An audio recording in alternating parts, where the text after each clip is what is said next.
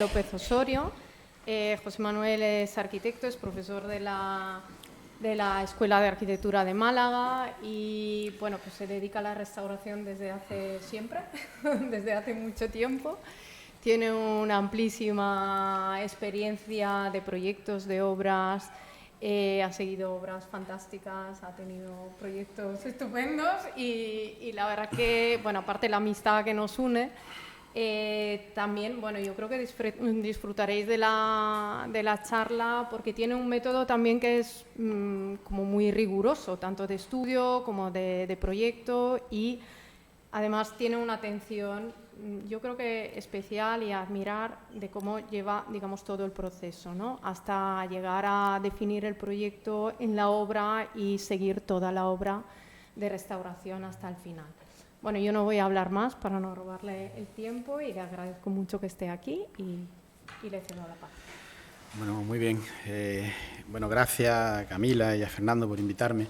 La verdad es que, bueno, nos conocemos desde hace un montón de años y hemos intercambiado y hemos compartido muchas experiencias en las que hemos estado intentando siempre equilibrar los criterios y la teoría en el campo de la restauración y la necesidad de llevar las cosas a la práctica con toda la problemática que supone pues hacer las cosas en obra, ¿no? Y bueno, y con todas las dificultades en relación a hablábamos antes de comenzar la conferencia, el tema de los oficios, ¿no? La dificultad que hay pues para poder implementar de verdad todo aquello que uno plantea en un discurso teórico, pero que luego no siempre es posible el llevarlo a efecto, ¿no? En realidad voy a hablar de una serie de proyectos que hemos trabajado en temas de piedra. Hoy vamos a hablar exclusivamente en temas de piedra. Pero antes quería de nuevo y una vez más partir de la metodología de trabajo. La metodología es estrictamente necesaria para poder abordar un proyecto de restauración y llevarlo al final con éxito. Esta es una ficha de un trabajo muy reciente que hemos presentado ahora en la Alhambra de Granada, en el que estamos estudiando las fábricas históricas del recinto amurallado. Y bueno, hay un material extenso, pero he traído esta ficha porque tiene que ver con al menos parcialmente con el tema de la piedra, porque es una fábrica mixta de cajones y verduras de ladrillo con machones y verduras de ladrillo con cajones de mampostería, ¿no? Y en realidad es la excusa pues para recordar, insisto, una vez más, cosas que muchos de los presentes en la sala ya conocen, pero lo importante es que es de verdad desarrollar una fase de estudios previos, ¿no? Que nos permitan tener un conocimiento importante del edificio, el punto de vista histórico documental, el levantamiento gráfico, fotográfico preciso, la lectura de paramentos, el análisis estratigráfico, que por ejemplo en Andalucía es competencia de los arqueólogos, pero que es un documento estrictamente necesario para poder abordar con seriedad cualquier desarrollo posterior del proyecto. La caracterización constructiva, que también implica la caracterización física de los materiales. No es tan fácil como parece conocer de verdad como los componentes de un muro, y no solo en lo que vemos, sino en el interior del muro, como los aparejos de las fábricas, ya sean de piedra o sean de mampostería, están organizados para poder entender bien tanto el conocimiento propio de la fábrica en cuanto a su cronología, pero también en cuanto a su estado de conservación. Si no sabemos bien las piezas que conforman esa estructura, difícilmente podremos resolver los problemas y sobre todo entender esa fábrica en un contexto que muchas veces está afectado pues, por otros elementos con los que interactúa, ¿no? Y de la misma manera analizar las causas de ese deterioro en el sentido de cuál es la razón por la que están ocurriendo las cosas, qué es el problema que tenemos que afrontar. No basta con coser una grieta en un muro, sino saber efectivamente a qué se debe la existencia de esa grieta, y hasta que no abordemos el trabajo desde ese punto de vista no vamos a poder solucionarlo, ¿no? Pero claro, algo que es estrictamente necesario también saber es qué pretendemos con la actuación, ¿no? Cuáles son los objetivos que en realidad que queremos conseguir. Y eso a veces no es tan obvio como puede parecer, ¿no? Hay que saber qué queremos, qué vamos buscando. Si es conservar exclusivamente los materiales, si se trata de resolver un problema de eficiencia estructural, que en ocasiones son los más graves, porque si no solucionamos los problemas estructurales, el elemento pues va a desaparecer. Y luego, efectivamente, la necesaria protección. Cuando se hace una intervención hay que prever, intentar evitar que tengamos otros riesgos. Y a partir de ahí, la definición de unos criterios de intervención que son algo fundamental. Con Fernando y con Camila llevamos discutiendo, hablando, elaborando todo este tipo de cuestiones que son a veces muy resbaladizas y que a veces pues resulta que ponerlas, ordenarlas, el mero hecho de ordenarlas ya resulta a veces hasta puede que contradictorio, pero quiero volver a decirlo, no por sabido, lo importante que es pues conservar la autenticidad material y el carácter del elemento sobre el que estamos trabajando. Esto es clave. Primero, definir qué es lo auténtico del elemento que tenemos delante. A veces la intervención tiene que ser compatible, pero esa compatibilidad puede ser material, puede ser estructural, puede ser de tipo funcional. Normalmente una mínima intervención va a ser siempre algo bueno. Cuanto menos intervengamos, si no hace falta, va a ser mejor. Que la intervención sea reversible, que se tiene que distinguir, aunque la diferencia entre integración y distinguibilidad a veces es muy sutil. Tenemos que integrar los elementos, pero saber en qué medida tienen que reconocerse. Tiene que ser durable, especialmente en patrimonio tenemos que hacer intervenciones que duren, que tengan una vida útil importante. Eso nos puede permitir incluso justificar hacer inversiones económicas de cierta entidad, porque tiene que durar muchos años. Y evidentemente, nuestra intervención tiene que ser socialmente, tiene que ser sostenible desde el punto de vista medioambiental, como casi todo en este momento, y también desde el punto de vista económico. Tenemos que equilibrar los gastos en función de los objetivos que pretendemos. Bien, voy a pasar ya a hacer ya un planteamiento más concreto en relación a los 4 proyectos que os voy a mostrar esta mañana, y que he intentado un poco como partir de una definición de criterios y como consecuencia de técnicas de intervención ya en fábricas de piedra, y lo he dividido como en tres bloques. En ocasiones se trata solo o fundamentalmente de proceder a la conservación de los materiales que tenemos, con lo que muchas veces nuestras acciones son exclusivamente de carácter superficial. Vamos a trabajar en lo que vemos. Fundamentalmente lo que vamos a hacer es una consolidación material de esos elementos y, bueno, los protocolos habituales de limpieza, consolidación, protección. No obstante, otras veces subimos un escalón y en realidad necesitamos hacer una consolidación estructural. Hay unos problemas estructurales que hay que resolver. Y en estos casos las acciones a lo mejor ya suponen reintegrar fábricas, básicamente hacer aportes de material. En la fase previa, en la conservación de los materiales, ese aporte a lo mejor se limita a la reintegración de algunos morteros, cosas puntuales. Pero cuando ya tenemos que introducir piezas de fábrica, hablamos de reintegración de la fábrica. Y muchas veces esto también tiene como consecuencia un refuerzo, un cosido de fábrica, algún elemento que ayude a garantizar esa consolidación estructural del elemento. Y el tercer apartado sería como un paso más. Estaríamos hablando de una restitución volumétrica, ¿no? Podemos llamarlo completamiento, podemos llamarlo, bueno, no podemos decir que vamos a reconstruir el edificio, pero el concepto teórico yo creo es bastante más interesante. Una restitución volumétrica.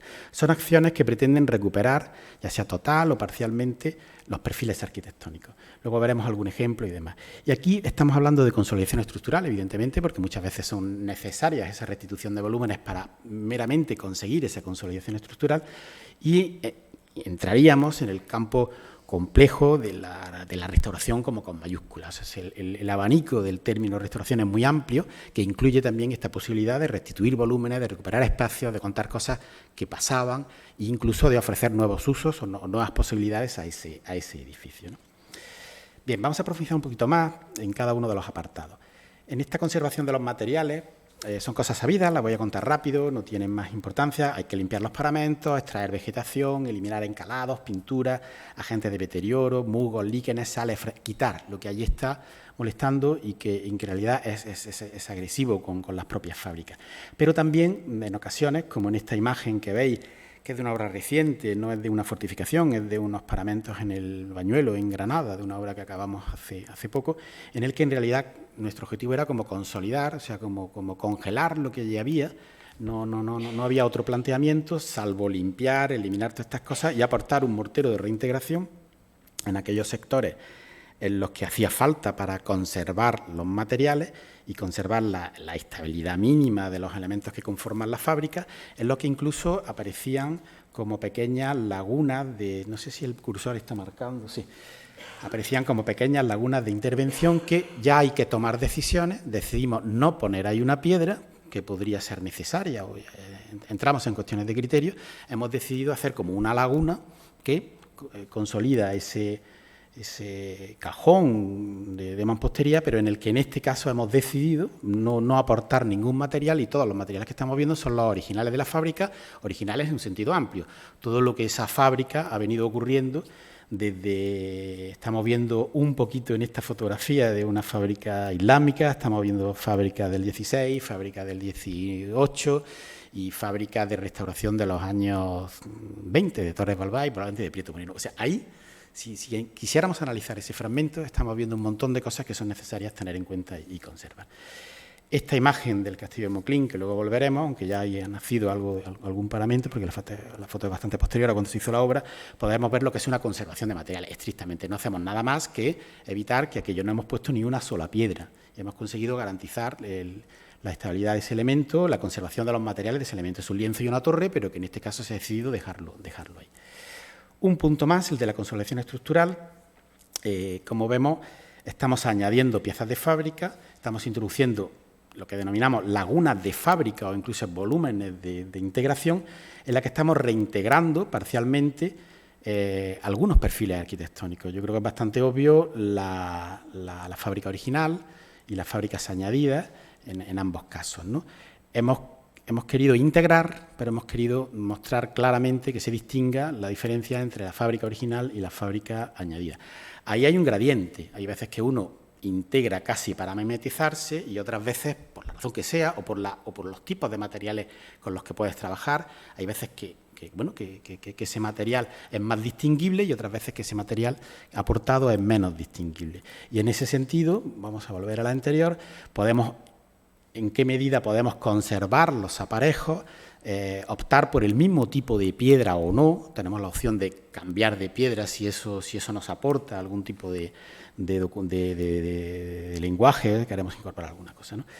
Este sería un ejemplo de esta técnica en la que hemos aportado material en una esquinera de una torre en el castillo de Mauclín, que en realidad es una consolidación estructural. O sea, si no hacemos eso, el ladrillo, la torre a la que había sido expoliada de los elementos de la esquinera, de los elementos de piedra, en realidad estamos aportando fábricas, estamos restituyendo perfiles de la torre, pero lo estamos haciendo fundamentalmente por una cuestión estructural. Otra cosa es que luego el elemento sea armónico, queramos contar otras cosas, pero fundamentalmente hay que hacerlo porque si no la torre se desmorona por ahí, ¿no? Y finalmente, esta restitución volumétrica de la que hablamos, estamos hablando ya de una acción total de recuperación de los perfiles arquitectónicos, en los que podemos incluso añadir fábricas que no son tradicionales, con las que pretendemos incorporar un lenguaje contemporáneo sin ningún tipo de problema, porque el objetivo es otro, no solo reintegrar los perfiles, sino incluso poder recuperar la totalidad de los espacios o incluso recuperar espacios interiores o reinterpretar espacios interiores, ¿no? Que sería el caso de la última obra de la que os voy a hablar, que es la restauración del castillo de Baena en Córdoba, ¿no? Esta sería la imagen final de la obra del castillo de Baena, en el que, como veis, hay una consolidación de estas fábricas que aparecen por aquí, pero luego hay una restitución de volúmenes con toda la problemática que esto supone en cuanto a lenguaje y en cuanto a justificar por qué eso no era de esta manera, y en el que aparecen elementos como esta pasarela de madera que organiza la relación entre los distintos espacios a nivel de acceso, de funcionalidad y demás, ¿no? No obstante, estos tres bloques que hemos planteado acaban siendo conceptos teóricos. Hay veces que uno tiene que moverse como entre líneas, ¿no? Esto es una torre de tapia calicostrada, antes hablábamos de esto, en el castillo de Mauclín, en el que la torre era maciza hasta... era maciza... se me ha ido esto, ¿no? Era maciza hasta este nivel y aquí se hace una operación de restitución de este volumen, pero por una mera cuestión de estabilidad. La tapia al interior de una masa de tierra, como no restituyas ese volumen, difícilmente lo puedes proteger. Ahí no puedes echar una capa de mortero encima porque salta a los 4 días. En cambio, el lienzo que tiene delante, el lienzo de piedra, no se ha aportado ni una sola piedra. O sea, estamos aportando material exclusivamente para conservar el volumen. Lo que pasa es que a veces la conservación nos implica hacer reintegraciones de masas que pueden parecer otras cosas, ¿no?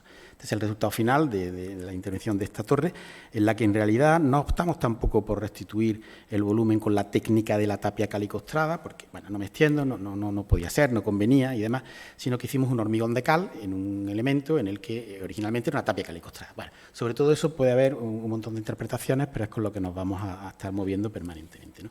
O esta otra reintegración de fábrica, en el que puede considerarse un elemento de protección, de reintegración, de recuperación parcial, pero se está usando, en este caso, unos bloques, que en el caso del Castillo de Baena, independientemente de que puedan luego cumplir otras funciones, pero que están también cumpliendo la función de consolidación estructural o incluso de conservación de los elementos que tenemos debajo. De manera que hay que ser flexible y los discursos se mueven bastante. Bien. Bueno, esto pretendía ser una mera introducción para el desarrollo que ahora sí que voy a hacer de las cuatro intervenciones, 3 de ellas en la provincia de Granada, son edificios Andalusía, el Castillo de Zágra, el Castillo de la Peza y el Castillo de Moclín, son sobre todo Zágra y Moclín en la frontera con el reino castellano, y al otro lado, aunque sean cronológicamente de algunas de las fábricas de la misma época, estaríamos ya en el reino castellano, o sea, estamos en Baena, que sería un territorio a mediados del siglo XIV, una fábrica de piedra también, pero castellana. Bien, la intervención en el Castillo de Zágra era una obra modesta, una obra sencilla, solo interveníamos en el torreón noroeste. Había otro trabajo de restauración que se estaba haciendo en la parte superior, pero el encargo que nosotros tuvimos por parte de la Consejería de Cultura de la Junta de Andalucía fue trabajar en este torreón que había perdido el muro de la parte baja de la esquinera por expolio. Normalmente es bastante frecuente que se expolien, que se extraigan las esquineras que son sillares o sillarejos y que tienen cierto valor desde el punto de vista constructivo, y ese muro había sido repuesto con una mampostería muy mal ejecutada y esa mampostería se había vuelto a caer, ¿no? Y nuestro trabajo era pues ver qué se hacía con esto, ¿no? Evidentemente los protocolos de trabajo son fundamentales, unos levantamientos que nos permitan conocer la fábrica, dibujar en verdadera magnitud. Sí se está viendo bien en la pantalla, en la que, si nos acercamos un poco más, al final teníamos la necesidad esta era la esquina sobre la que trabajábamos, teníamos la necesidad, por un lado, de tomar decisiones. O sea, podíamos haber generado aquí una laguna de mortero, incluso de hormigón o de cualquier cosa, o de acero corten o de vidrio. En fin, las soluciones son muchas y posibles, y no estoy descartando ninguna, pero optamos por reproducir de alguna forma el lenguaje constructivo que originalmente tenía esa esquina, que eran unos sillares o sillarejos, como vemos aquí arriba, y una mampostería ordenada por hiladas horizontales, muy bien elaboradas, que aparecía en el otro volumen. La decisión que se toma es había impronta en la fábrica en cuanto al tamaño de los sillares en la esquina, pero otras veces esas improntas no estaban o no estaban claras, y entonces tomamos como referencia pues la organización de los sillares que teníamos en la parte alta, y entre esa referencia y las improntas definimos una serie de sillares, cada uno con sus unidades, y reproducimos en la esquina una fábrica de sillares, que ahora veremos, y una fábrica de mampuestos careados, porque en realidad los trabajamos bastante. La singularidad de esta obra es que por la escala que tenía y por el contexto en el que estábamos trabajando, fue posible, y que casi nunca no es habitual esto, fue posible disponer de una piedra bastante parecida a la que originalmente existía, y en ese momento pues, bueno, tomamos la decisión de utilizar unos grandes bloques, como veis aquí, con los que llevamos a taller y se cortaron con las dimensiones que teníamos previstas, y en otros sectores conseguimos también un material sobre el que trabajar y definir pues, la forma de los mampuestos con los que vamos a trabajar. Esto no suele ser habitual, lo hemos intentado muchas veces y casi nunca se puede, porque nunca tienen la cantera cerca, o porque la cantera está ya cerrada y no se puede extraer, o porque o simplemente porque decides por una cuestión de criterio que es mejor optar por otro tipo de piedra. Esas soluciones son posibles y a veces aconsejables, ¿no? Aquí vemos trabajos de la puesta en obra, en la que hicimos también pruebas de texturado, de integración. Uno parte del mismo material, pero claro, ese material luego hay que trabajarlo un poco pues, para que no resulte excesivamente violento en el contraste. Y esto en el caso de la mampostería careada que se añade, pues bueno, eran también pruebas antes digamos que de rejuntar esa fábrica.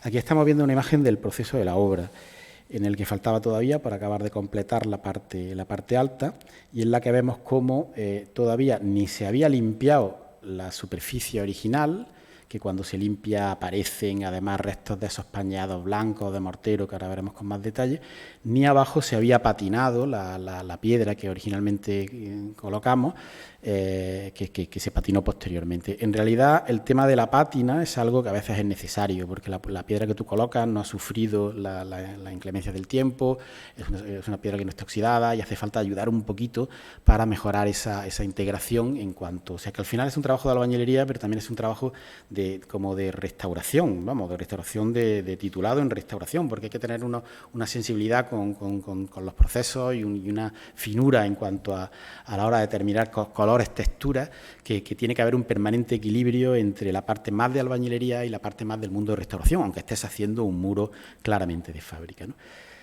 Aquí vemos, por ejemplo, con algo más de detalle, la parte de arriba, como veis, los sillares añadidos, que aunque estos sillares estaban menos elaborados, los de la parte alta sí que respondían a este esquema, y aquí podemos ver, como decía, estos restos del pañeado. Estas torres, en su origen, eran prácticamente blancas o blanquecinas, en este caso con estos pequeños incrustaciones de piedra, que a veces tenían funciones decorativas, pero otras veces era simplemente para que la cala aérea pues no tuviera retracción en el momento en que le metes un poquito de árido y un poquito de historia, ¿no?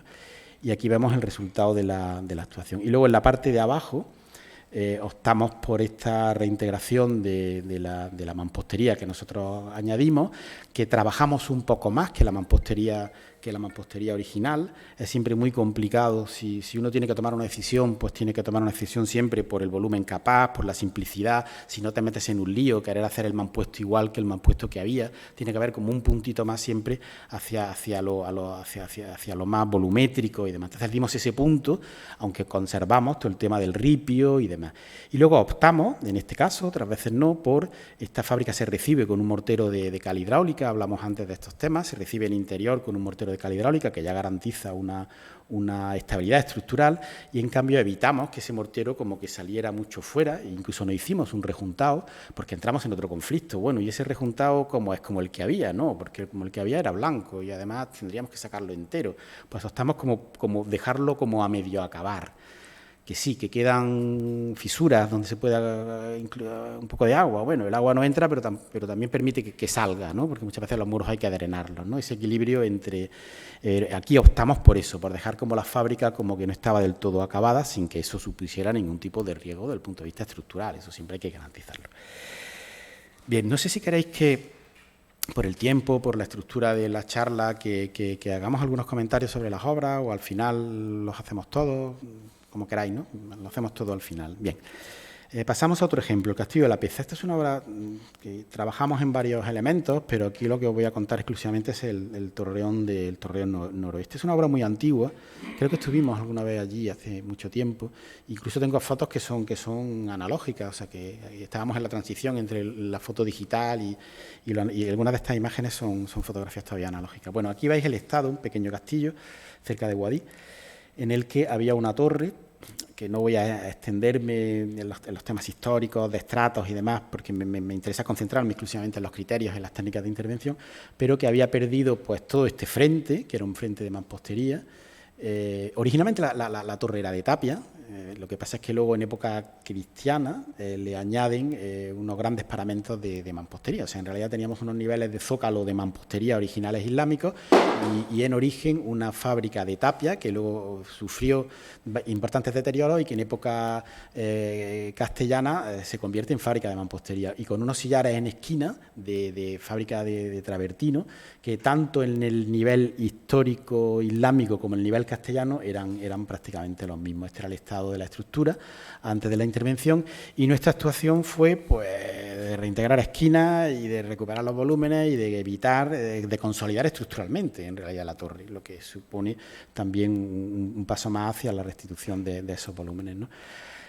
Los registros siempre fundamentales. Estos son planos fin de obra, planos que se hacen cuando ya has acabado la obra, con una nueva ortofoto en la que ya sí que indicamos, os comentaba antes, este nivel islámico, este nivel que incluso se localizaba en una época tardo-almohade, nazarí, o sea, un poquito anterior al periodo nazarí, la época cristiana, que sería todo esto, o castellana, y nuestra intervención, que siempre marcábamos un color oscuro para que se sepa lo que realmente hacía. Estos cuadros son interesantes porque vamos indicando también dónde se han tomado probetas, dónde se han analizado cada uno de los morteros y eso tiene que estar como integrado, que no es que hay un trabajo por ahí que te dan y que luego nunca llegas a casar, ni a organizar, ni nada, sino que tú tienes que reelaborar todo eso, meterlo en un único documento y que quede constancia y sobre todo que se pueda entender y mirar de forma rápida.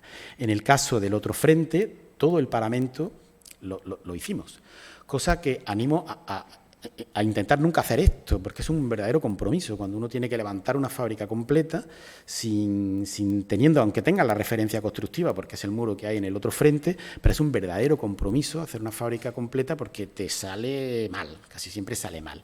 En este caso decidimos hacerlo con un resultado que ahora veréis más de cerca, ¿no? Bien. Son fotos antiguas, las medidas de seguridad, pues no os fijáis en eso, evidentemente hay que mejorar esas medidas de seguridad siempre, ¿no? Aquí veis la colocación de los sillares. Los sillares en este caso no conseguimos obtener sillares de travertino como sí ocurrió en Zafra y tuvimos que colocar unos sillares de una piedra calcarenita, que es la única piedra cercana, más o menos local, aunque no era la del castillo, y que optamos por colocar eso, que tampoco pasa nada. En fin, tenemos muchísimos ejemplos en la historia de la restauración en la que la propia utilización de un cambio de piedra es lo que está diciéndote lo que es antiguo y lo que es fruto de la restauración. Lo que sí hicimos fue patinarlo, y aquí estáis viendo las marcas, precisamente con el travertino machacado y con acetona y demás, pues para darle un cierto color de integración, bueno, que llamara poco la atención. Llamaba bastante la atención, tampoco tuvimos una intención clara de integrarlo porque eran dos piedras distintas, pero siempre está uno en ese terreno resbaladizo. Aquí veis puesto el sistema con una lechada con un mortero rico en cal en la base y con estas cuñas de madera, lo que es hacer una fábrica de sillares, que es un proceso complejo en cuanto a su ejecución. Y aquí vemos con detalle estas imágenes que ya las veíamos al principio también, de la mampostería añadida. Después de hacer pero varios intentos, fijaros que optamos, pues la piedra original era como un efecto mosaico, tenía muchos tipos de piedra, tenía incluso aquí bloques de travertino, había ladrillo. Después de hacer muchísimas pruebas, optamos por quedarnos solo con uno de los tipos de piedra, que era la gris, que era la que más abundaba, y hacerlo todo del mismo tipo de piedra gris.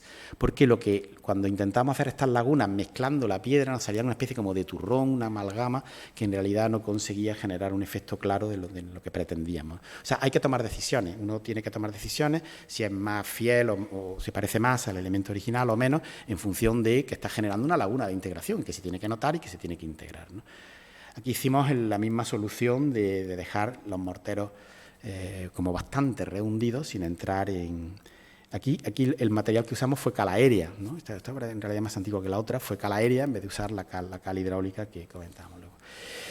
Y bueno, este es el resultado de la fábrica que hicimos en su totalidad, de este frente. Le he puesto con poca saturación porque por la mezcla de colores, de la fotografía analógica, digitales, no sé qué, estaba un poquito...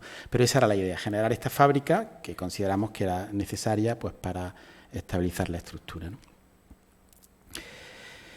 Bien, Vamos a pasar al Castillo de Moclín, que es una obra ya de bastante más envergadura, en la que estuvimos bastantes años trabajando y que en realidad no se llegó a concluir por un problema de proyectos modificados, de temas arqueológicos y demás, y que desgraciadamente pues está pendiente de ser acabada. O sea, nos quedamos al 90% de ejecución de la obra, hubo una suspensión de contratos y demás, y es una obra que está inconclusa, o sea, que llegará a otra fase en la que espero que podamos estar, ¿no? Se trata de, no voy a entrar en definiciones históricas y porque no tenemos mucho tiempo, ni el objetivo de la charla es contar la intervención de Moclín o la que va a venir ahora de Baena, es simplemente un poco centrarnos en las cosas que nos pueden interesar desde el punto de vista de los criterios y de las técnicas de intervención en piedra. Pero como veis, se trata de un complejo importante en el que arriba tenemos toda la zona de la Alcazaba con distintos niveles. Esto es una muralla de cremallera hecha en una época posterior, hay dos niveles cronológicos, y luego tiene todo el recinto de la villa, que es donde estaba la villa, que ahora ya se desarrolla en la parte más llana del pueblo, pero que todo esta, digamos, que era la zona doméstica donde estaban las viviendas y arriba donde estaba la Alcazaba, ¿no?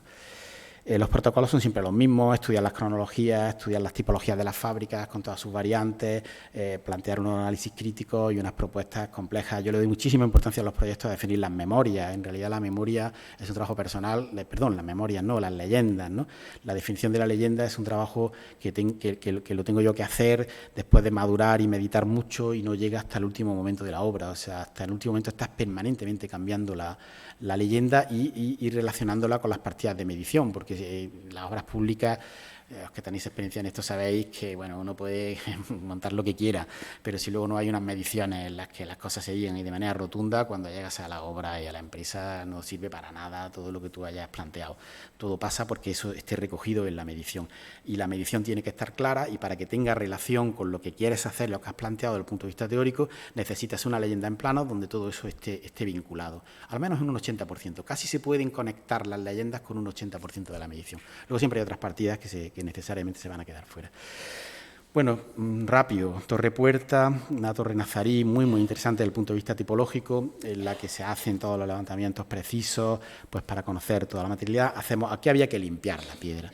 Hicimos pruebas de limpieza química, de proyección, de microproyección con silicato y con microesferas, como veis.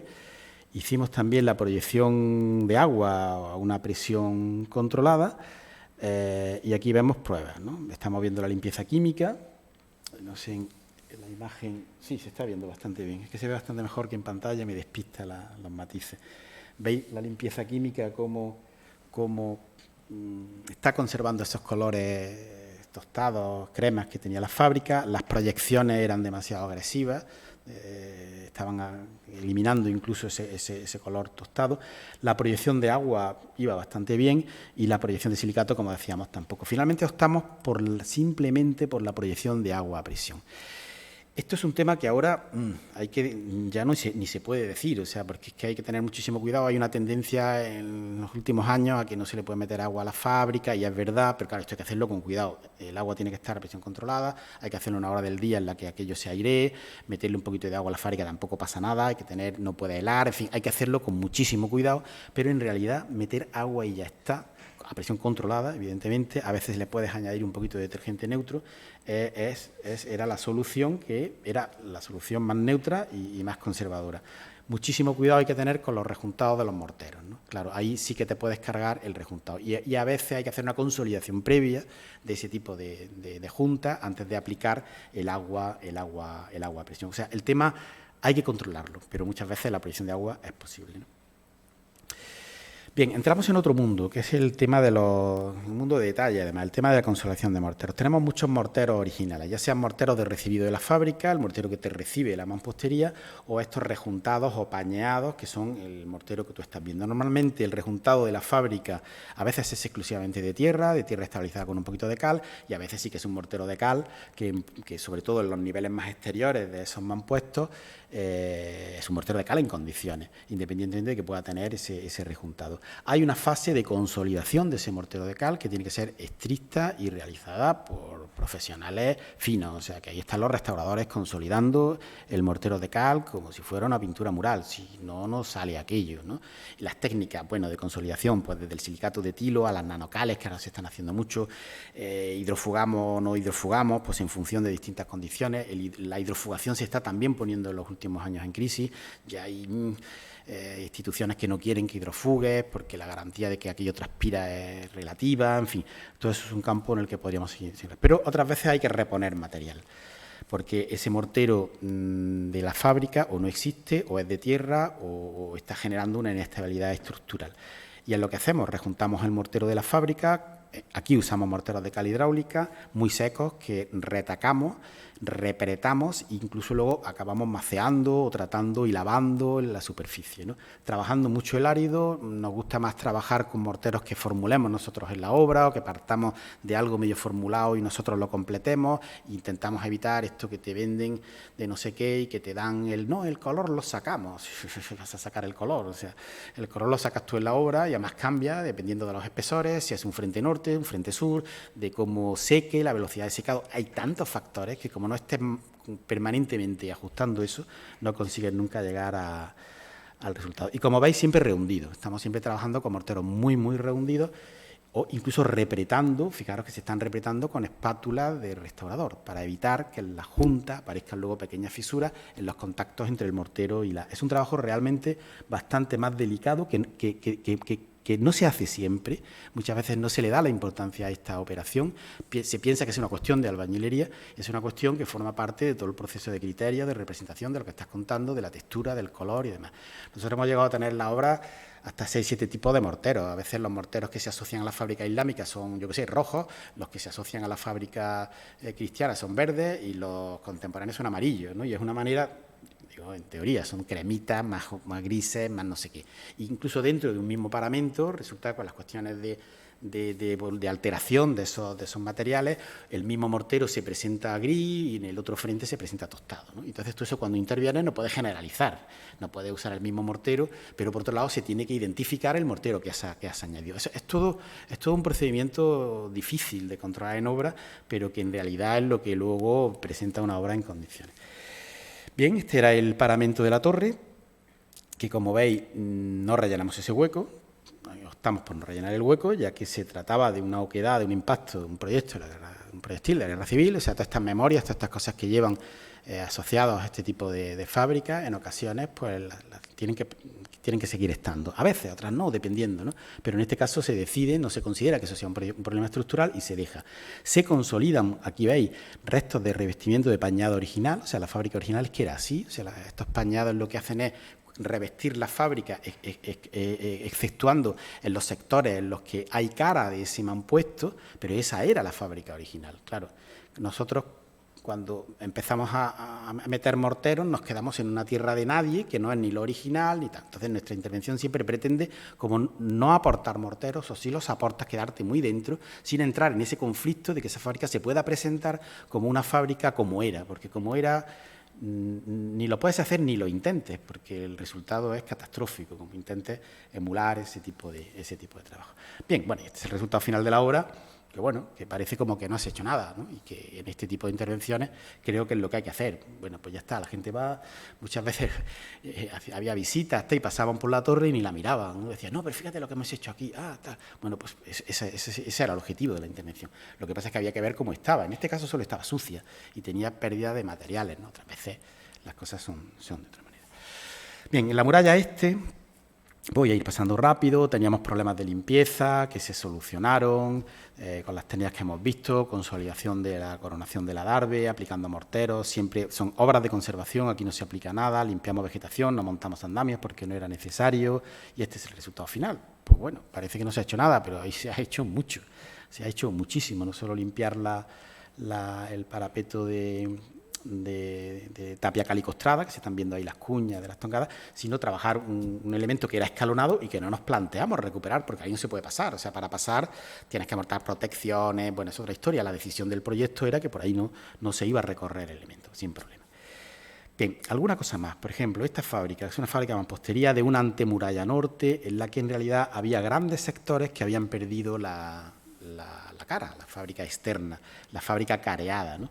Y el resultado era una masa interior de mampostería, que en realidad no es una mampostería, es un relleno ahí con tierra, que tiene una intervención difícil, ¿no? ¿Cómo abordas una intervención en la que ahí ya el mortero es tierra, en la que no está ni aparejado, prácticamente parece un relleno, y en realidad es complicado llevar a soluciones?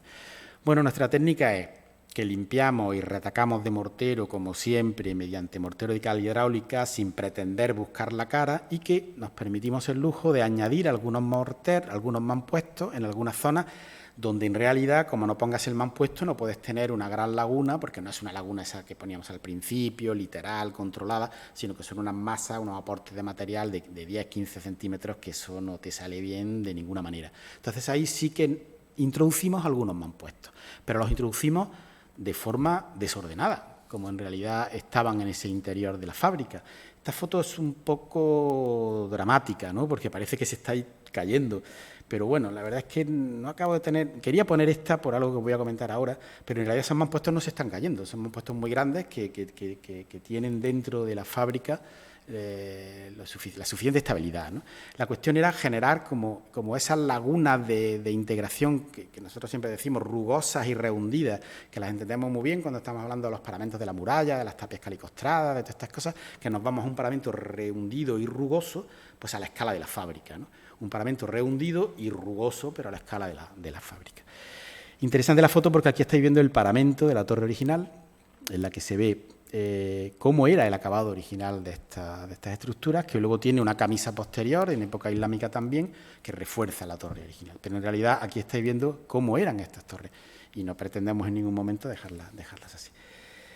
Bien, finalmente vamos a hablar, bueno, la muralla norte, que era una actuación fue bastante agradable de hacer, había musgos, líquenes, problemas de junta, había también elementos añadidos, como veis aquí, de fábricas sin mucho orden, ejecutadas en los años 90 por una actuación que, bueno, evitó que el castillo se cayera, pero ni había recursos ni había metodología de trabajo, ¿no? Lo que hicimos fue, bueno, los protocolos que ya conocéis, aquí identificamos, como veis, los sectores añadidos que se habían introducido sin criterio de lectura de la fábrica original.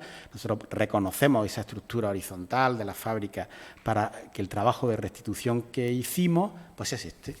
En realidad hemos limpiado, hemos consolidado esos morteros con los morteros originales, hemos aplicado material y hemos restituido, que en este caso por el tipo de la piedra, la restitución se integra muy bien. Cuando te acercas sí que se nota, pero en realidad la integración es bastante armónica, ¿no? Bueno, pues este fue el resultado de la intervención. Aquí vemos la consolidación de los restos de este pañado original, que veis que está en la cara de la fábrica y que es blanco, rigurosamente blanco o blanquecino, y todo el aporte de material que veis que es ligeramente grisáceo, ¿no? Porque en esta fábrica había que meter en la cara norte ese colorcito y demás, ¿no? Aquí estamos viendo, por ejemplo, la reintegración que se produce en toda esta esquina, que desde lejos prácticamente no se nota. Bueno, ¿en qué medida? La distinguibilidad, todo esto es muy sutil y a veces tampoco te sale lo que tú quieres, que también hay que decirlo. Cuando estás ahí en la obra, en el andamio, viendo aquello a 30 centímetros, pues no tienes conciencia de cada piedra que se pone, cada elemento, cada ripio tiene una consideración que cuando luego quitas el andamio y te alejas, pues no es lo que quieres. Y a veces no puedes estar tú allí haciendo la obra, ¿no? Aquí hay un proceso importante en esto, en nuestro oficio, ¿no? Que es que tú no eres el ejecutor. Cuando tú eres un artista que trabajas tú los elementos, puedes decidir el resultado final. Aquí no, aquí hay una serie de intervinientes en el proceso que a veces el resultado tú tienes que saber cómo lo equilibra y eso supone un problema importante en el tema de la restauración. Este es el resultado final de la muralla norte. Aquí veis otros ejemplos. Y aquí vamos a ver un elemento muy, muy singular, que se trata de un lienzo de un baño, en realidad, que es una tapia de hormigón, una muralla que estaba primero, el baño se hace contra esa muralla, y luego hay otra torre, la torre L, que se incorpora. Aquí vemos los elementos, el aljibe, la muralla, la torre, que nosotros en obra lo que hemos hecho es manifestarlo. En realidad los hemos manifestado, eso no era estaba tan claro cuando empezamos la obra, antes de la limpieza, y hemos expresado las diferencias, los matices que había entre uno de los elementos y otro, la muralla de tapia, los restos de tapia, en este caso de tierra, en la coronación de la muralla, y los restos de revestimiento conservado del pañado original, ¿no? Y finalmente, para acabar con Moclín, bueno, esto es lo que nosotros nos encontramos de esta actuación del año final de los 90, pero en realidad teníamos fotos de antes de esta obra, que son estas que estáis viendo, ¿no? En las que, como veis, se habían expoliado los sillares que se reponen de esta manera y quedaban todavía toda la estructura de la fábrica ordenada por hiladas. Bueno, la intuición que nos encontramos es esta. Claro, aquí hay una decisión difícil. ¿Esto se va a caer? Pues no, eso no se cae. ¿En qué medida esto, una intervención global en el castillo, se puede permitir el lujo de restaurar lo restaurado, en realidad, ¿no? Bueno, pues se tomó esa decisión y este fue el resultado final que hicimos en la línea de las cosas que ya he estado contando. Evidentemente, volvíamos a identificar la estructura de las hiladas, volvíamos a replantear todo el tema de los sillares con esa piedra que no parecía ni por color ni por geometría integrada, y el resultado de esto, que es lo que nos encontramos, pues se convierte en esto, ¿no? Entonces aquí hay una clara lectura de lo añadido, hay un sometimiento en la dimensión de los sillares irregulares a las improntas que en un 30-40% de los casos estaban allí. Vamos reconociendo un poco parte del elemento que tenemos, pero vamos introduciendo una nueva piedra que pasaba igual, el travertino no era posible, era la misma calcarenita, que quedó pendiente de patinar, es verdad, me hubiera gustado que hubiera quedado un poquito más integrado, y volvemos a hacer lo mismo con la piedra. La piedra es una piedra la más grisácea de todas las que habíamos, que como laguna de fábrica nos parecía necesario pues para establecer esa lectura de, claro, aquí, bueno, todo es opinable, ¿no? Es una cuestión en este caso formal, estética, de legibilidad, no hay una razón estructural, ningún tipo de duda, eso no se iba a caer. Pero bueno, en el contexto de la intervención global, pues se consideró que esto económicamente era viable y no había ningún tipo de problema. Aquí vemos el resultado final de la fábrica, aquí vemos pues, bueno, los restos incluso de los parapetos, de los merlones de las fábricas originales. Y cómo se integra en el contexto del lienzo. Bien, bueno, 15 minutos, no menos, 10 minutos, ¿no? Como mucho, 5. Bien, Castillo de Baena, esto es otra cosa. Esta es la fase 3, esta cuando hablábamos de la restitución de volúmenes. Es una obra que, bueno, que puede resultar polémica, depende de en qué contexto se cuente. Normalmente a los arquitectos que no trabajan en temas de restauración les gusta, pero cuando ya empiezas a hablar con gente que trabaja en el ámbito de la restauración, pues ahí ya hay más dificultad, ¿no? Depende del contexto. Recuerdo que ahora estoy en un proyecto además de una gente de la Pablo Olavide, en la que me han llamado un poco como para defender este tipo de trabajo, en un proyecto de investigación y tal, sobre ruina, tratamiento sobre ruina y demás, ¿no? Y me han echado ahí con gente del otro lado, ¿no? Y van a organizar unas tesis, son como cosas un poco a veces difíciles de gestionar, pero hay que estar ahí defendiendo las cosas. Recuerdo que en la Escuela de Estudios Árabes en Granada, que son, bueno, gente que trabaja lo andalusí, con criterio, con un criterio específico y tal, pues supe defender la obra desde el punto de vista arqueológico y justificar que las actuaciones que se habían planteado pues se estaban haciendo por algo. Eso no lo voy a hacer ahora, no es el caso. O sea, no voy a justificar cada elevación de volumen o cada pieza que se hace en función de una documentación, de una fotografía histórica, de una documentación arqueológica, de lectura de fábrica que se hicieron. Ahora voy simplemente a narrar un poco pues las cuestiones más, si queréis, casi hasta más técnicas de cómo se conforman las fábricas y cómo se toman decisiones. Pero quería decir esto para que no hubiera ningún tipo... Esta obra necesita una hora para contarla entera, ¿no? Y voy a usar solo 5 minutos. Bien, pero vamos a entrar de lleno. Este era el Castillo de Baena en el año 2008 y este es el Castillo de Baena en el año 2015, ¿no? Cuando hacemos la restitución de los volúmenes. Son volúmenes que se restituyen con piedra, pero con otro lenguaje. Estamos aquí restaurando la Torre de los Secretos, que ahí era una obra de estricta conservación, y aquí pasamos al nivel 3 de restitución de volúmenes, ¿no? Que es el resultado final de la obra. Esto se hace además en un contexto económico previo a la crisis, con un ayuntamiento que tenía recursos, en fin, bueno, son muchas cosas que hay que contextualizar, este tipo de intervenciones, ¿no? Se hizo bien, o sea, hicimos estudios previos, sin ningún análisis estratigráfico, unos levantamientos precisos. No voy a nombrar a la gente porque sería muy extenso. Tengo, creo, una hoja de créditos al final. Pero bueno, fue un trabajo que se pudo hacer. O sea, que se pudo desarrollar toda la metodología de estudios previos, en la que creíamos, luchamos por ello y el Ayuntamiento apoyó a muerte para poder desarrollar el trabajo con toda la dignidad que merecía y con toda la entidad y con todo el riesgo, porque esto, claro, evidentemente tiene que ser aprobado por las consejerías y demás y genera sus problemas. Dentro había unos depósitos de agua, en los que no voy a entrar porque vamos a limitarnos a un depósito de agua de hormigón de los años 20, que dieron también un juego para un desarrollo de otro tipo de proyectos, pero en realidad lo que teníamos era esto cuando empezamos a trabajar, eran solo la torre de los secretos que está aquí, el resto prácticamente estaban sepultadas, llenas de vegetación, o el aspecto del edificio, una fortificación que aunque tenía restos islámicos de mediados del siglo XIV, pero cristianos, una fábrica de mampostería cristiana, similar a la fábrica de mampostería que se estaban haciendo al otro lado de la frontera, pero cristiana en este caso, ¿no? Y este es el resultado después de la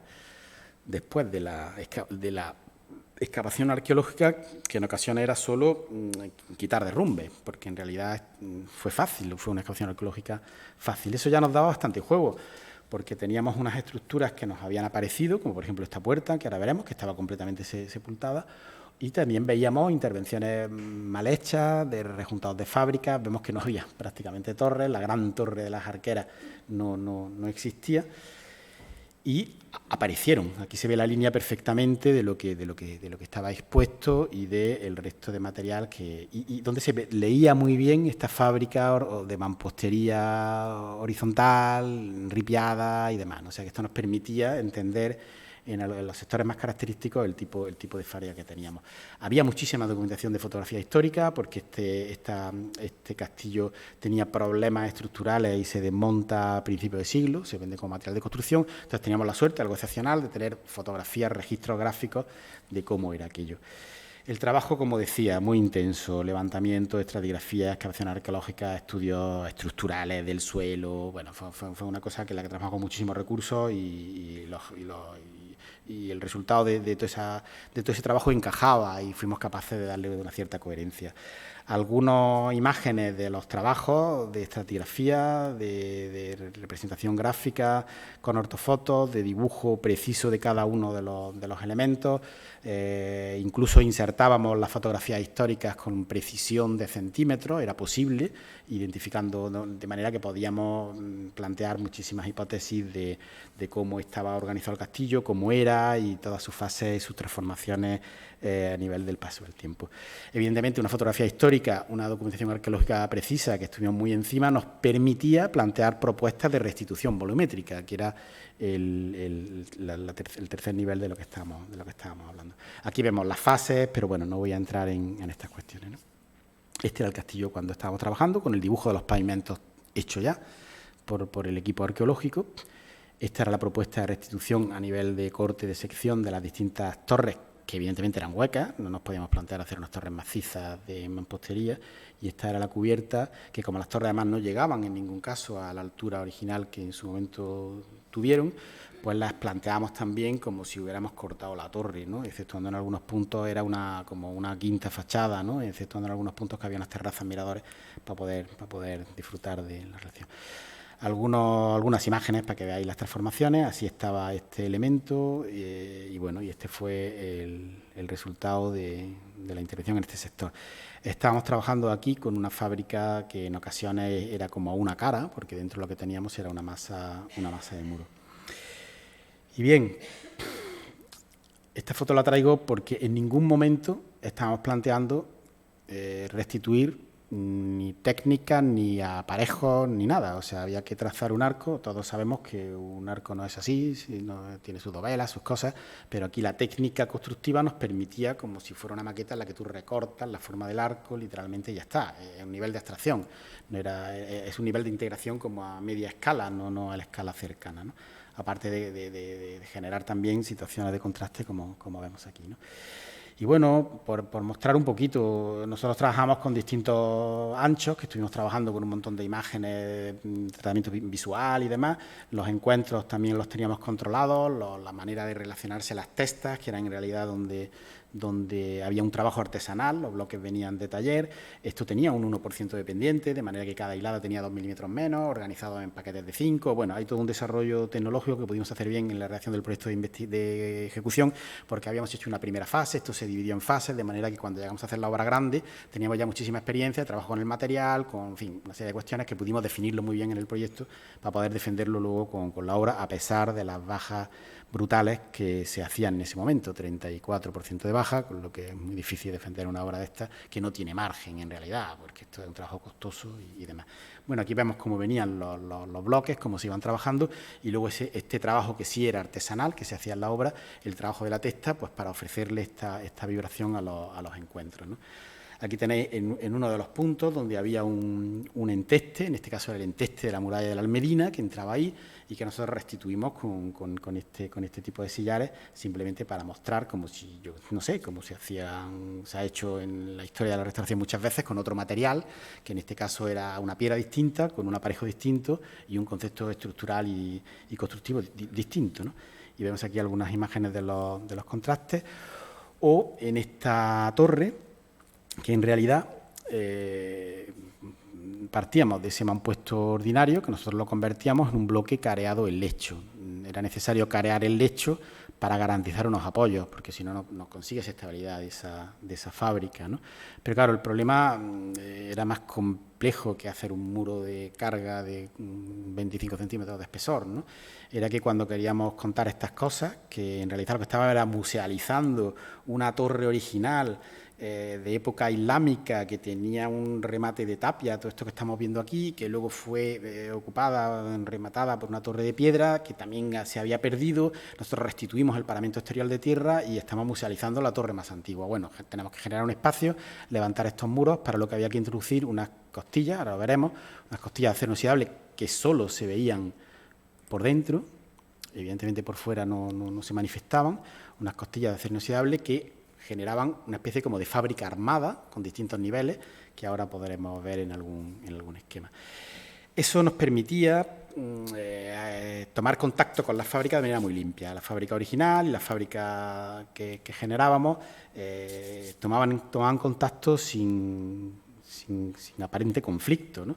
Y esto era porque disponíamos unos pequeños zunchitos de hormigón de cemento blanco, de hormigón de cemento, evidentemente, armado, que eran un poco como los elementos que iban moviéndose encima del muro, y luego había unas placas de anclaje, todo de acero inoxidable, o sea que evidentemente no podíamos ir escatimando recursos económicos porque lo merecía, la durabilidad, la calidad de la ejecución tenía que ser innegable, sobre la que se disponían unas costillas, que son estas que estamos viendo por aquí, se iban organizando, no entro en los detalles, aquí tenemos las costillas de acero inoxidable que se manifestaban por dentro y no por fuera, aquí veis la costilla por dentro, que ya entraba a cumplir otras funciones, a veces servía de apoyo a pasarela, otras veces, como vamos a ver, enganchaba con unos elementos de hormigón que vamos a ver ahora, porque el mundo interior era de materiales de los depósitos de agua, este hormigón es de los depósitos de agua, un hormigón blanco que metíamos nosotros, estas costillas, unos pavimentos, en fin, otro mundo completamente distinto.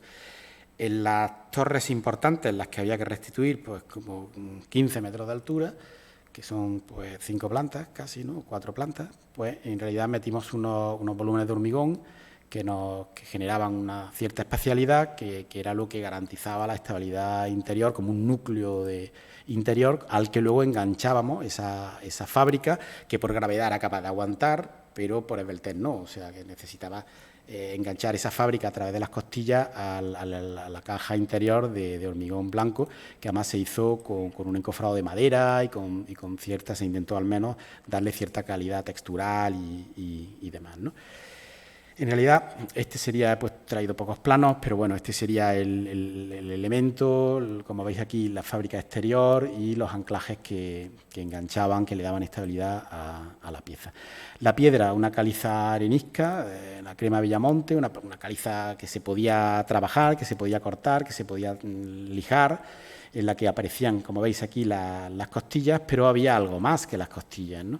Estaban estos elementos, había unas pletinas horizontales cada 5 hiladas, que lo que hacían era hacer como pequeños cajones que evitaban en realidad es un refuerzo al sismo, porque claro, no puedes poner un muro y ya está, y luego íbamos cosiendo con unas varillas de fibra de vidrio que parecía al principio algo muy laborioso, pero que luego no resultó ser muy complicado. Simplemente era una piedra, se selecciona la piedra con unas grandes brocas, se iban abriendo, era una cosa que no era tan complicada, íbamos cosiendo, de manera que al final estaba todo cosido, no cuajábamos los entestes de las llagas, eso no se cuajaba, pues para permitir entrar luz, una serie de cosas, se recibe con un mortero de cal hidráulica relativamente flexible, de manera que, bueno, hace ya bastantes años que se ha hecho esto y no ha habido ni fisura ni nada, o sea, el elemento frente a algún sismo que ha habido ya, Baena no es un sitio de alto riesgo sísmico, también es verdad, si estás a lo mejor en Granada, pues dices, mira, no, pero aquí en realidad no ha habido ningún problema. Fijaros cómo van los elementos de fibra de vidrio, van enganchándose a la pletina,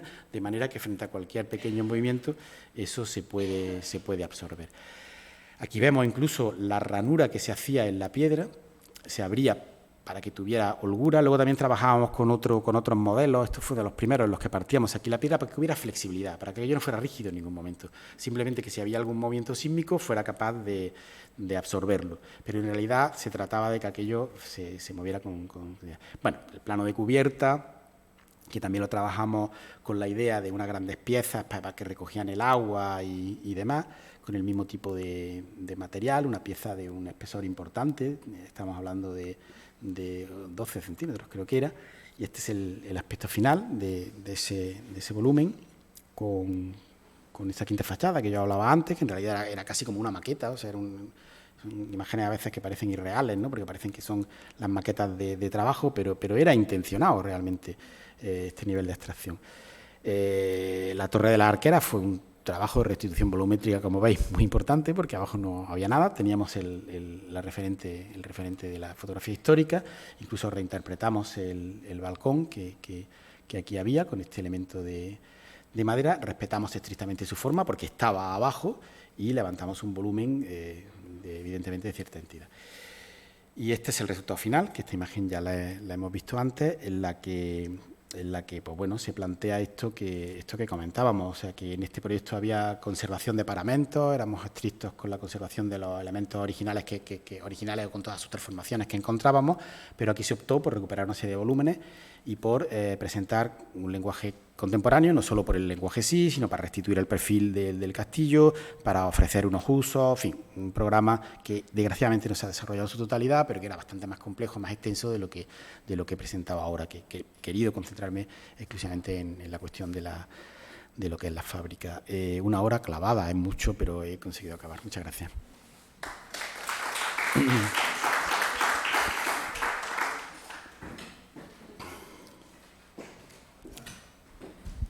Bueno, pues muchas gracias, José Manuel.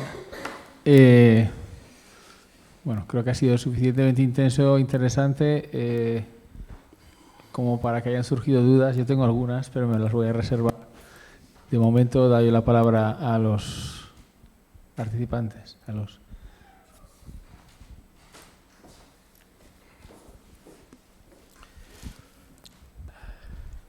Buenas tardes. Entendiendo que en cada caso y cada proyecto es único y se trabaja de forma particular, ¿hay alguna técnica o utilizáis alguna técnica de forma recurrente para el patinado de las diferentes piezas? Sí, bueno, los patinados pueden ser desde simplemente coger, en la Alhambra, por ejemplo, se ha hecho mucho en todas las restauraciones, que es lo que allí llaman agua-barro, que es coger una tierra fina, de alpañata, la tierra de la Alhambra, mezclarla con agua y manchar las estructuras. Cuando esos son, por ejemplo, elementos de yeso, que se han patinado muchísimas estructuras de yeso, de decoraciones, ¿no? Pues el propio yeso coge un poquito lo que tú quieres de ese agua-barro y funciona. Incluso en morteros de cal aérea, que son porosos, que si son blanquecinos, le echas un poquito eso y ya solo eso hace que estés introduciendo un poquito de pátina.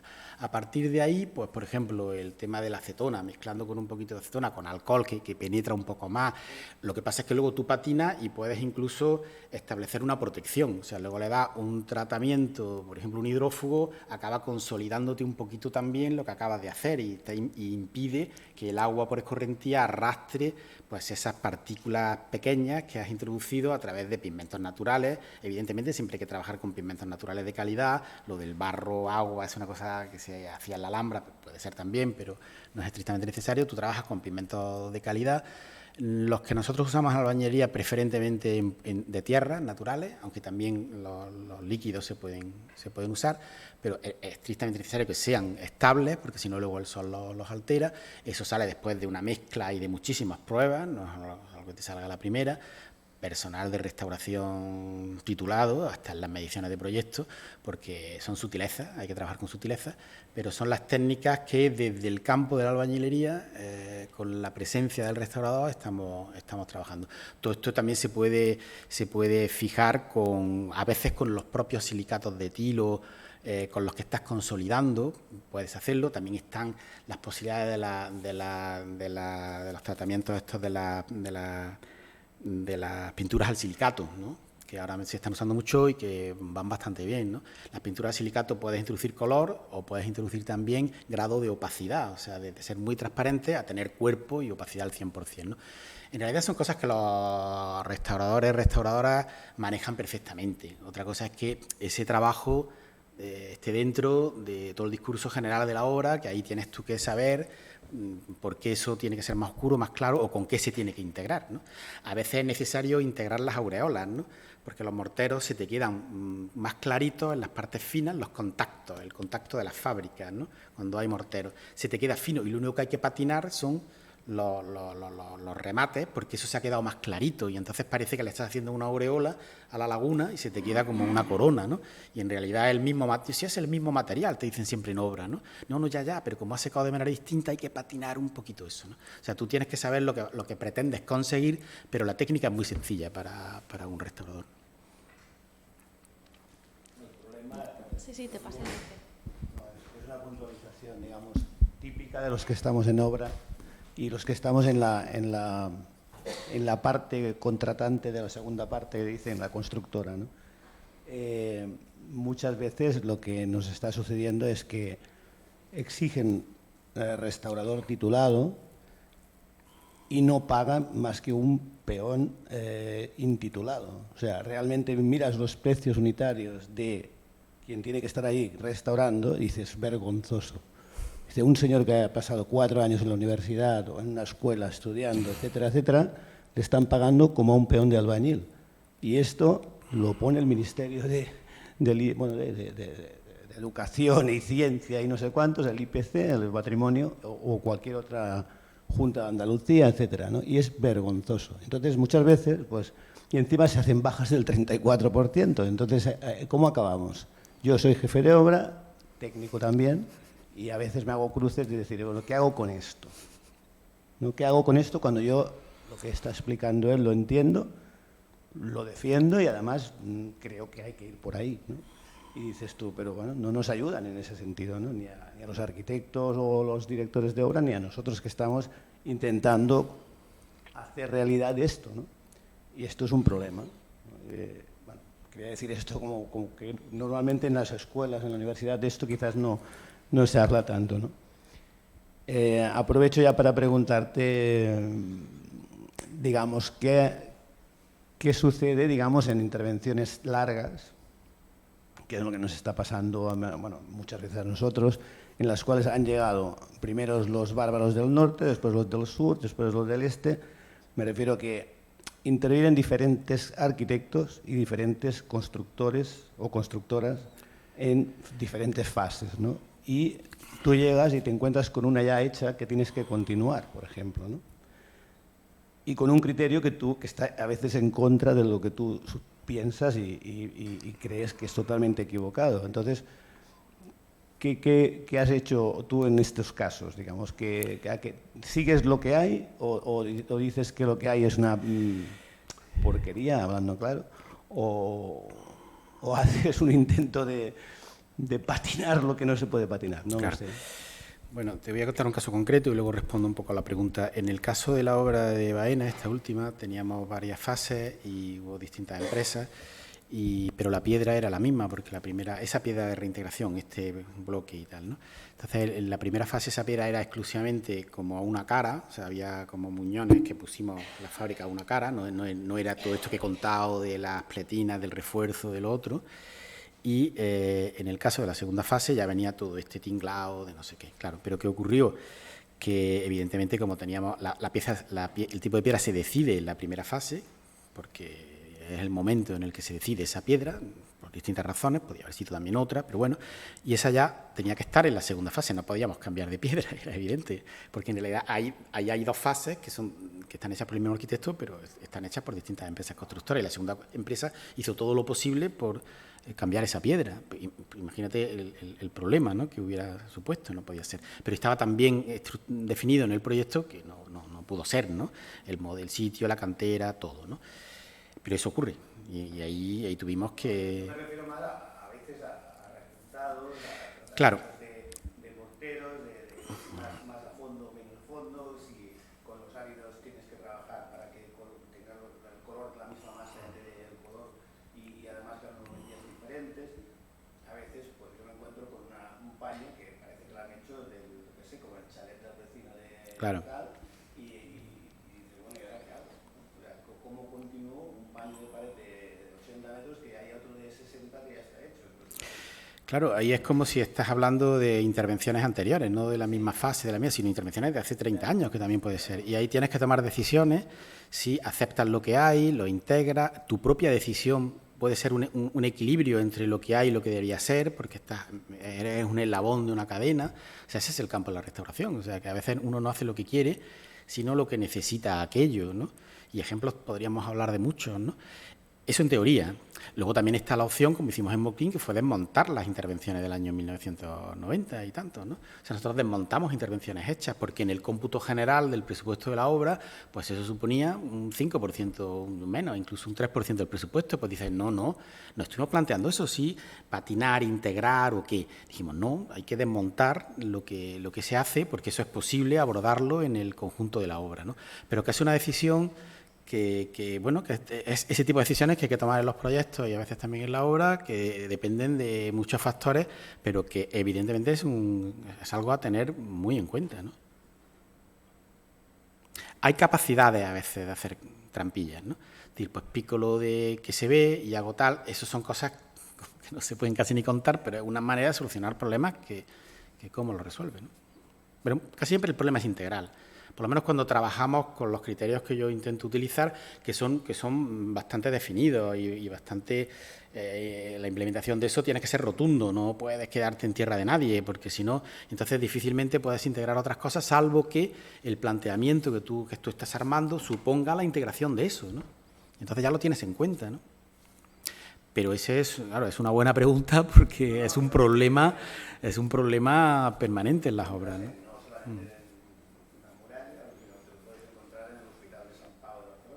Encontrado en el mismo edificio 5 arquitectos o 4 arquitectos, diferentes criterios incluso de intervención a veces, y dices, bueno, no hay un plan director, eso no tenía que estar ahí, no, pues es que... Pero forma parte de la dificultad de la restauración. Cuando son intervenciones sólidas, definidas como un arquitecto con criterio que ha usado esto, lo otro, pues a lo mejor tienes que dialogar con todo eso, como pasa en la ciudad, que hay arquitecturas de muchas épocas, cuando hacemos una estratigrafía, a nosotros nos cuesta mucho, e insistimos, que la estratigrafía no es solo lo que hace el arqueólogo de lo cristiano para atrás. O sea, no, es que la estratigrafía tiene que llegar a las intervenciones de restauración de los años 90, y eso les cuesta muchísimo a los arqueólogos entender o fijarse en eso, ¿no? En este trabajo del bañuelo que estamos mostrando, pues allí nuestra duda es lo contemporáneo del albañil de turno, del Pegote, lo contemporáneo de Prieto Moreno, que fue arquitecto de zona, que tiene una presencia, lo contemporáneo de Torres Balbás. O sea, ahí hay un montón de complejidad de etapas que al final son restauraciones que por supuesto las tienes que aceptar, ¿no? O tomar algunas decisiones críticas que a veces son dolorosas, ¿no? Pero no cargarte la obra de Prieto Moreno, como está ocurriendo ahora en la muralla de Granada, pues porque, bueno, razones. O sea, Prieto Moreno forma parte de la intervención de autor, que era arquitecto de zona, con autoridad, con no sé qué. Claro, ¿hay que ser crítico con eso? Pues sí, pero ¿en qué medida? Pero es un problema, pero no solo de la empresa, ¿no? De que hay una fase y la otra empresa vino, claro, evidentemente. Es que a veces eso trasciende a que el edificio, pues bueno, es el resultado de todas las intervenciones y tú tienes que trabajar de partida con todo eso, que eso no significa que unas las conserves y otras las elimines, pero has trabajado con todas para decidir que las eliminas, ¿no? Ese es un poco el planteamiento, ¿no? Pero nada de resolverlo en la obra, ¿no? O sea, lo que tienes que resolver desde que estás haciendo la estratigrafía muraria. Y estás decidiendo las distintas cosas que están ocurriendo allí. Y estás evaluando el porcentaje que eso tiene en relación al total, ¿no? No meterte en el andamio. ¿Y ahora qué hago con esto? Eso teníamos que saberlo desde el proyecto, ¿no? Claro. ¿Más dudas? A ver, respecto a Baena, a ver, recuerdo que lo hemos hablado incluso cuando estabas creando el proyecto, lo hemos escuchado muchas veces, lo hemos discutido, o sea, que hemos vivido muy de cerca el proceso. Aún así, siempre me sorprende la perfección técnica, digamos, esa especie de perfeccionismo constructivo que tienes. Te felicito por ello. Y también quiero destacar que efectivamente ahí destaca mucho lo nuevo, pero digamos que hay una labor de restauración igualmente compleja o difícilmente solucionable, que era el tema de la consolidación de las tapias y todo esto. Pero bueno, la pregunta es que me ha surgido viendo, siempre veo, me surge alguna duda.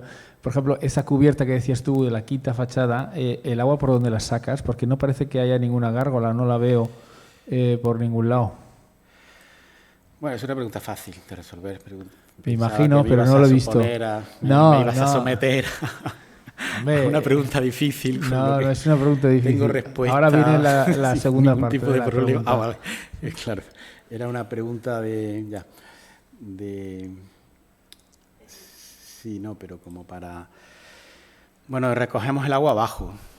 Es que no me quería extender, porque claro, en realidad son tantas cosas. Sí, pero ¿la sacas dónde? Claro, luego hay unas canales, porque esto tiene pendiente. Sí. Hay unas canales que van en los perímetros, en realidad había dos, pues para que la pendiente no fuera muy larga y no tuviéramos que levantar el paquete mucho. Y luego dentro de esos muros de hormigón que estábamos viendo aquí, o sea, evidentemente esto es plano porque esto tiene ranura y por ahí entra el agua, ¿no? Sí. Eso no hay estas piedras además estaban hidrofugadas en masa para impedir, se pasaban un tiempo en unas bandas para impedir que el nivel de absorción, porque una piedra caliza, porosa, no pasa nada que la piedra vaya cogiendo un poquito de... Pero luego en concreto aquí bajaba dentro del muro, bajaba una canal que se dejó, una bajante, que se dejó dentro y ya se canalizaba un punto de evacuación en cota. Pero por eso no aparecen ni canales, ni gárgolas. En otras estructuras menores sí que aparece alguna gárgola, en las primeras que hicimos, pero es que luego al final molestaba tanto la gárgola en el elemento que nos pareció que... No, bueno, son cosas que al principio cuando empiezas a plantearte el proyecto, aunque sea un proyecto de 2007, todo ese discurso lo teníamos. Pero al final tienes que ir prescindiendo de cosas. Esto no es un proyecto de aprovechamiento de agua, tienes que dejar cosas en el camino. No puedes... Muy bien. ¿Alguna pregunta más? Pues nada, muchas gracias, José Manuel, y hasta la próxima. Gracias. Muy bien, gracias. Aprovecho para deciros que tenemos una conferencia enseguida, el día 28, sobre Nepal, que creo que va a estar muy interesante, entonces que ya estáis avisados, aparte de que os llegue la información.